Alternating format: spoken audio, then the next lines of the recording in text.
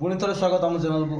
आज आउ गोटे प्रश्न को लेकिन आम जे 720 83.33% केते हेबो।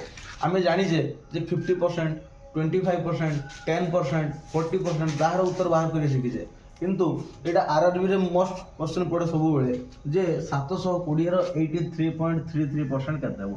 तो या आम सॉल्व करने पूर्व आगे किसी ट्रिक्स विषय जाना जे 200% इज इक्वल टू केते हेबो ना 2, 100% इज इक्वल टू केते हेबो ना 1, जो 50% इज इक्वल टू केते हेबो ना 1/2, 25% is equal to 1/4 and 33.33% is equal to 1/3।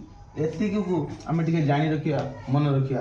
Then आज आसवा जे 83.33% वैल्यू केते हेबो। ताले आम टे 83.33 को आम ब्रेकआउट करवा जे 50 प्लस 33.33%। तो यहाँ को ब्रेकआउट करिया पूर्व आम जानिया कौन ना 50% इज इक्वल टू केते ना 1/2 एंड 33.33% इज इक्वल टू केते ना 1/3। तो या आम सॉल्व करदे केमती हेबो ना 5/6। तो एठी जानिया 720 रो 83.33% माने 720 गुणन 5/6 सॉल्व करिया 120 इज इक्वल टू 600।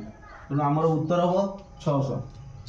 एमती प्रश्न पाई आम पेज को पुणी थे फॉलो करूँ।